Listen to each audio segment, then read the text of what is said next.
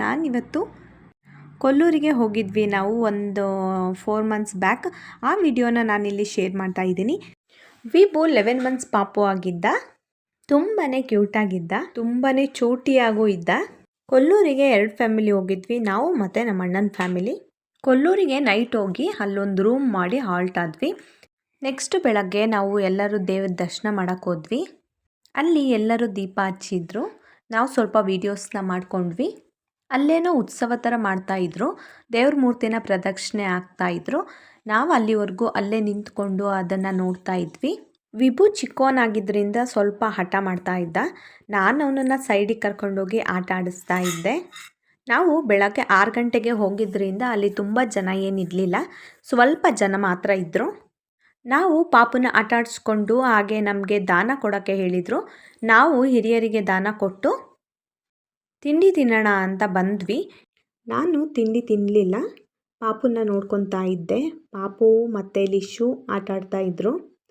Next ಪಾಪುನ ಅಮ್ಮನ ಹತ್ರ ಕೊಟ್ಟು ನಾನು ಲಿಶು ಇಬ್ಬರು ತಿಂಡಿ ತಿಂದ್ವಿ. ಆಮೇಲೆ ಮತ್ತೆ ನಾವು ದೇವಸ್ಥಾನದ ಹತ್ರ ಹೋಗಿದ್ವಿ. ಫೋಟೋಸು ವೀಡಿಯೋಸ್ನೆಲ್ಲ ಮಾಡ್ತಾಯಿದ್ವಿ. ನಾವು ಹೋಗಿದ್ದು ನೆಕ್ಸ್ಟ್ ದಿನ ತೇರಿತ್ತು. ತೇರನ್ನ ಹೊರಗಡೆನೇ ಇಟ್ಟಿದ್ರು. ನಾನು ತೇರಿಂದೊಂದು ವೀಡಿಯೋ ಮಾಡ್ಕೊಬಂದೆ. ಕೆತ್ತನೆ ಎಲ್ಲ ತುಂಬಾ ಚೆನ್ನಾಗಿ ಮಾಡಿದರು, ನನಗೆ ತುಂಬಾ ಇಷ್ಟ ಆಯಿತು. ಅಲ್ಲಿಂದ ರೂಮ್ ಚೆಕ್ಔಟ್ ಮಾಡಿಕೊಂಡು ನಾವು ಹೊರಟ್ವಿ. ನಾವು ರಿಟರ್ನ್ ಹೋಗಬೇಕು ಅಂತ ಅಂದರೆ ಲಾಂಜಲ್ಲೇ ಹೋಗಬೇಕು. ಮಳೆನೂ ತುಂಬ ಬರ್ತಿತ್ತು, ಲಾಂಜಲ್ಲಿತ್ತು, ತುಂಬ ವೆಹಿಕಲ್ಸು ಇದ್ವು. ಇವಾಗಂತೂ ಎಲ್ಲೂ ಕಾಗೆಗಳು ನೋಡೋದಕ್ಕೆ ಸಿಗಲ್ಲ, ಆದರೆ ಅಲ್ಲಿ ಮಾತ್ರ ತುಂಬ ಕಾಗೆಗಳನ್ನು ನೋಡ್ಬೋದು ನಾವು. ವೆಹಿಕಲ್ಸ್ ಯಾಕೆ ಜಾಸ್ತಿ ಇದ್ವು ಅಂದರೆ ರೆಗ್ಯುಲರ್ ವೆಹಿಕಲ್ಸ್ಗಳಿಗೆ ಫಸ್ಟು ಹೋಗಲಿಕ್ಕೆ ಅವಕಾಶ ಕೊಡ್ತಾರೆ. ನೆಕ್ಸ್ಟು ನಾವು ಹೋಗಿದ್ರಿಂದ ಅಲ್ಲಿ ನಮಗೆ ಸ್ವಲ್ಪ ಲೇಟ್ ಆಯಿತು. ಮಳೆ ಬಂದಿದ್ದರಿಂದ ಸ್ವಲ್ಪ ನೀರೆಲ್ಲ ಕಲರ್ ಆಗಿಬಿಟ್ಟಿತ್ತು. ನಾವು ಲಾಂಜ್ ಒಳಗೆ ಹೋಗೋದ್ರೊಳಗೆ ಮಳೆ ಎಲ್ಲ ನಿಂತೋಗ್ಬಿಟ್ಟಿತ್ತು. ಮತ್ತು ಸೇತುವೆ ಮಾಡ್ತಾ ಇದ್ದಾರೆ.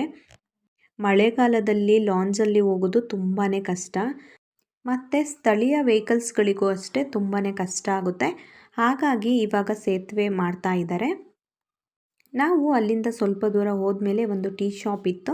ಆ ಟೀ ಶಾಪ್ನಲ್ಲಿ ಸ್ವಲ್ಪ ಟೀನ ಕುಡ್ಕೊಂಡು ಅಲ್ಲಿಂದ ನಾವು ಹೊರಟಿ ಮನೆಗೆ ಬಂದ್ವಿ. ನನಗಂತೂ ಕೊಲ್ಲೂರಿಗೆ ಹೋಗಿ ಬಂದಿದ್ದು ತುಂಬಾ ಖುಷಿಯಾಯಿತು. ಈ ವಿಡಿಯೋ ನೋಡಿದ್ದಕ್ಕೆ ನಿಮಗೆಲ್ಲರಿಗೂ ಥ್ಯಾಂಕ್ಸ್. ಸಬ್ಸ್ಕ್ರೈಬ್ ಮಾಡಿ, ಲೈಕ್ ಮಾಡಿ, ಶೇರ್ ಮಾಡಿ.